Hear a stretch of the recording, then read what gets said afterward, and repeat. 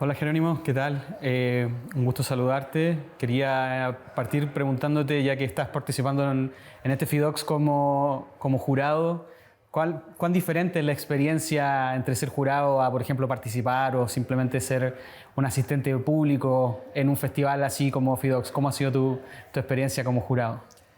Hola José, muchas gracias por la invitación. Sí, es bien especial porque han habido veces que en otras ocasiones que incluso me tocaba ser jurado cuando habían amigos míos en las películas y uno sufre porque dice, uy, este es como mi hermano y uno está como en las deliberaciones.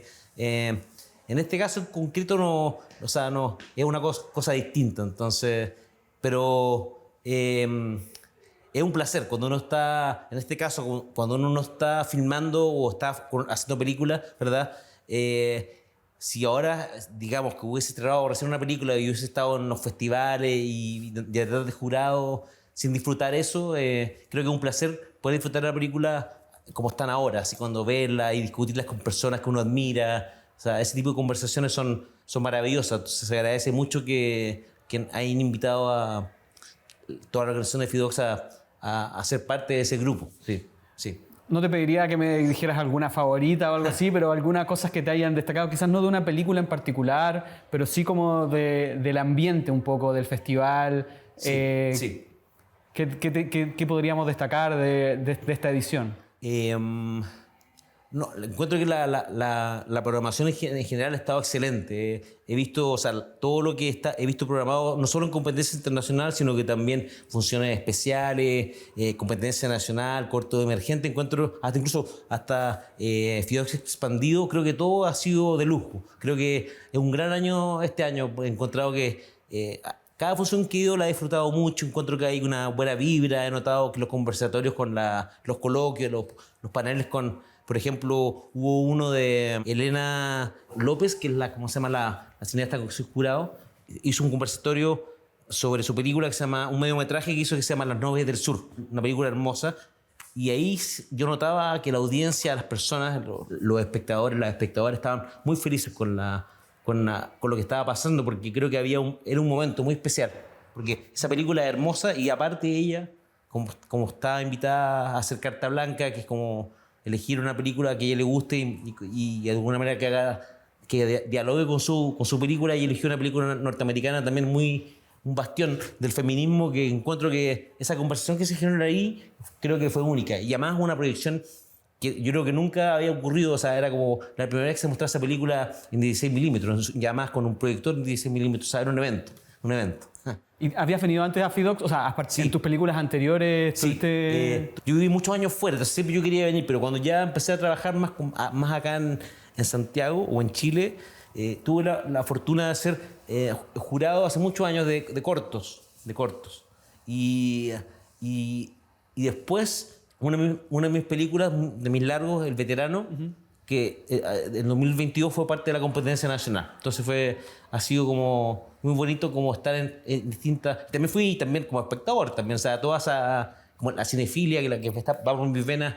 Eso, cada vez que yo veo una película y no soy parte del equipo, vengo y la veo porque me encanta. Eso. Bueno, aparte de ser en esta oportunidad jurado, tú has sido director, productor, escritor, crítico también. Sí, también crítico. Entonces, quería preguntarte tu relación ya que estamos hablando de documentales, porque también has trabajado en ficción. Sí, también, sí. ¿Cuál es para ti una diferencia entre esas dos, particularmente quizás desde la escritura o desde la génesis de los proyectos, entre ficción y documental? Si es que hay algo a ti que te llama la atención, la diferencia. No, está muy bien la pregunta, porque yo creo que es algo que yo también me cuestiono completa. Siempre después de cada proyecto, como que de alguna manera cuestiono todo lo que he hecho antes, como la forma de trabajar, ¿verdad? Entonces, creo que en el caso de la ficción, creo que hay algo más escrito de antemano, pero yo creo que también eso se va borrando. O sea, va borrando en la medida que uno empieza a trabajar con el director o se empieza a filmar, viene todo el montaje donde todo cambia mucho. Entonces, creo que como como decía una cineasta que yo admiro mucho, que también era una gran escritora, ensayista, que se llama Marguerite Duras, que también parafaseaba a Antonioni, que decía que en el fondo que los guiones, tanto en ficción como en documental, más en ficción, porque los documentales uno puede hasta decir que a veces no hay guiones, ¿verdad? Como uno va y se enfrenta con la realidad. Los guiones son un acto transitorio, un acto transitorio, una cosa que hay que hacerla para poder comunicarse con las otras personas, ¿verdad? Pero es netamente transitorio, no. Después la película lo que existe. Y eso es lo que uno ve finalmente. Entonces son actos transitorios. Pero en tus documentales particularmente, ¿trabajas con guiones estrictos o no realmente? Mira, yo lo que hago generalmente, los dos primeros por lo menos, creo que lo que voy a hacer ahora va a ser bien distinto, pero los otros dos básicamente es como recorrer lugares por los cuales estoy investigando y voy grabando cosas. Hago un mapeo de una ciudad, o sea, del lugar donde paso, con una cámara voy solo y después cuando empiezo a ver el material, empiezo a escribir. Como un poco al revés. inversa. Y después que escribo, vuelvo a grabar, sobreescribo, sobregrabo. Es un proceso como de capas que se van formando. Entonces, que no es como el más convencional, ¿verdad? Porque generalmente uno le enseñan en la escuela que uno escribe el guión y después filma, ¿verdad? Como algo así, ¿verdad? Pero aquí en este caso, o sea, obviamente, ese proceso quizás de escribir, quizás tiene que ver, en mi caso, y creo que en el caso de casi toda persona que hace cine, creo que tiene que prepararse bien, como leer mucho, o sea, llegar al lugar sabiendo de lo que uno se va a meter, o sea, como si voy a hablar de, no sé, de la guerra, leer libros sobre la guerra, no sé, como, ¿me entiendes? Como si voy a hablar sobre la memoria o el cerebro, leer, no sé, libros de neurociencia, como formarse, como poder tener un diálogo con las personas que uno está conversando. Pero tienes una idea, o has tenido en tus trabajos anteriores una idea muy fija, como quizás una imagen. ¿Cuál es el punto de partida, por ejemplo, del rastreador de estatuas? Esa, en ese caso, fue específicamente y como parte de la película, una estatua que aparece de Egas Moniz, famoso neurólogo portugués que aparece en un documental en Lisboa, que es un documental que hizo un legendario cineasta catalán que se llama Joaquim Jordà. Entonces, ese documental que yo vi, Monos como Becky, me pasó algo así. Pero no fue como en la película, porque eso como en la película no pudo finalmente ser, que fue como, para mí fue cuando yo hacía como hacía crítica, fui a ver esta película, una serie, a un festival de cine de no ficción que se hacía en el Antonio Film Archives, que es el cine como de Jonas Mekas, como, ¿me entiendes? Como ese. Entonces ahí había un cine de no ficción español y me topé con esta película. Me encantó la película y después me quedé pensando, o sea, no solo en ese momento, pero después dije, ¿y esto no tendrá que ver con algo que una vez me pasó con mi viejo? Y quedó ahí dando vueltas. No fue tan rápido como en la película, porque a veces las películas son más rápidas, pero tomó tiempo. Intenté homenajear al Arturo y Film Archives como filmando adentro y todo eso, pero no resultaba, salía todo mal. Así que tuve que pasar a casa de un amigo y ver la película en un celular, porque bueno, así fluía. Era como eso, son las cosas de cine que uno no se puede explicar. Claro. Sí, me da la sensación de que tus películas son como historias sobre historias. Sí.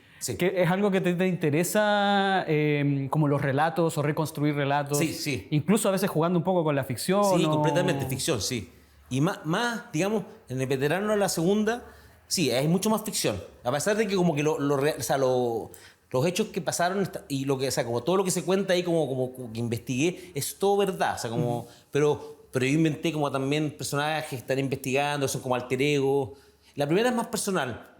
Pero también tenía harto de ficción. O sea, de hecho, bueno, las personas que me conocían allá en Brooklyn, que yo filmé esa película, y en Santiago también, encuentran que soy yo, pero es como una realidad un poco como extraña, ¿no? Encuentran que sea yo necesariamente yo, como media ficticia al mismo tiempo. Versión cinematográfica. Sí, es como voy a los mismos bares, pero no necesariamente soy esa persona que está hablando, algo raro, pero es divertido. Pero eso lo persiguen los más amigos. En el fondo, las otras personas. Bueno, yo creo que cada uno sabe, el cine, aunque uno pretenda llenar los artificios, creo que o sea, uno percibe cuán cercano está el cineasta a lo que está contando, ¿verdad?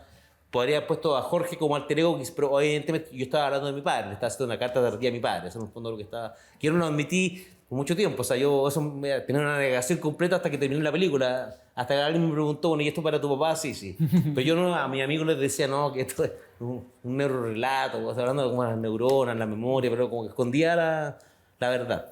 Y en ese sentido, para ti, ¿la ficción y el documental son cosas tan distintas o tan separadas? No, o más bien... conviven perfectamente, sí. Conviven perfectamente. Cada vez más encuentro. Creo que las barreras se han ido moviendo y cada vez más borroso todo. Sí. Eso es lo que pienso yo, ¿sabes? ¿Y cuál fue el punto de partida del veterano? En el sentido como esta historia bien fascinante Sí. de un cura, Sí, ¿cierto? sí, de En la bomba Talca. atómica, sí.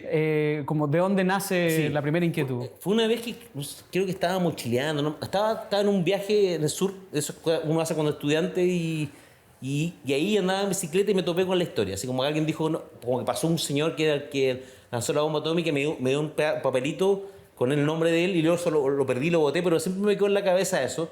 Esto fue hace muchos años, y, digamos, y 20 años después o más, digamos que dije, ¿por qué no? Dije, ¿por qué no puedo hacer una historia sobre eso? Porque aparte que pasé por el lugar y me di cuenta que la historia todavía estaba viva, pero con otras versiones, como que ya no eran uno, sino que 3 o 7, o en otro pueblo, o sea, como cada uno, había muchos pueblos alrededor del río Mataquito, donde filmé yo, que se adjudican la historia, como decir, aquí, no, aquí, o sea, como que, o dice que eran de otro pueblo, en otra parte, como que no fue aquí, como que hay miles de versiones, entonces... O sea, la misma historia está como ficcionalizada. Sí, por los mismos relatos. Que eso me interesaba un poco que quedara ahí como en la película. Además, hay una cosa como interesante sobre el pasado, incluso creo que en tus dos películas el archivo tiene también muy importante. que te llama la atención de trabajar con esos materiales. Me encanta. Mira, yo creo que... o sea, me encanta la idea de poder como apropiarse de un material y darle, resignificarlo completamente, que tenga algo que originalmente fue hecho de una manera, después en manos de uno se transforma en otra cosa. Entonces, creo que en el caso del rastreador, el archivo tiene más que ver con un viaje por internet, esas búsquedas que hacemos todos, ¿verdad? Todas cuando nos vamos, surfeamos, ¿verdad? Y nos perdemos horas, noches enteras, ¿verdad? Llegando como apretando un link y nos lleva a otro link, como, así como al final de como llegando a cosas que nunca pensamos que íbamos a llegar. En el caso de la otra, el veterano, es bien distinto porque ahí como que armé otro dispositivo que no pasa por el computador, pero sí pasa por unos archivos que me pasaron de la Biblioteca Nacional. Uh-huh. Cuando me invitaron a un día que se llamaba el Día de la Imágenes Huérfanas, entonces hubo donaciones que se hicieron hace tiempo atrás de distintos lugares en Chile con películas que no tenían dueños, o querían deshacerse de ellas, entonces o películas que se encontraron en el PESA de Bio Bio, ¿sabes? Nadie sabe, entonces esas películas las escanearon y entonces la Biblioteca Nacional me pidió que hiciera un corto, entonces yo le dije, yo feliz de hacer el corto y le dije, puedo usar este material para mi largo porque creo que me podría servir para contextualizar ciertas cosas sin saber de dónde era el material, pero así lo usé. Con una ficción dentro de la historia del found footage que se llama. Claro. Sí. Tú que has trabajado también fuera de Chile, particularmente en Estados Unidos, ¿cómo ves la relación o la diferencia en términos como de la industria, si se quiere, entre un país, como Nueva York o acá? Sí. A ver, es loco porque Estados Unidos tiene esta industria grande, ¿verdad? En Los Ángeles, y también obviamente tiene toda una industria como más de cine independiente que está en Nueva York, y también Los Ángeles ha ido mutando, ¿verdad? Pero digamos como que entonces que independiente si son Hollywood o indie, uh-huh. Ya todas son financiadas finalmente por inversiones, o sea, por inversores, hay gente que invierte en productores que necesitan invertir dinero con mayor o menor presupuesto dependiendo de, si es indie o no. En Chile esas cosas todavía no pasan, salvo casos excepcionales que hay como películas financiadas por alguna persona que le interesa como a invertir, pero en general, que es una cosa que tampoco en Estados Unidos no hay fondos, no existen los fondos como acá. Claro. Que es algo que ayuda mucho, o sea, el fondo audiovisual, todas esas cosas permiten financiar películas, esas cosas no existen, allá no existen las becas. Hay muy pocos fondos, o sea, hay unas cuantas becas, pero son contadas y tampoco son tantas. Está la beca Guggenheim, que es una lotería ganarla, hay un montón de cosas así, pero en general es bien difícil, o sea, muy difícil allá sin eso. Entonces, o sea, acá sí existe este apoyo, que es súper importante. ¿Y te interesaría alguna vez dirigir algo como concretamente de ficción? ¿Lo has pensado? No, lo he pensado, pero no. Okay. Estoy feliz como con el mundo de los ensayos, como la no ficción. Sí.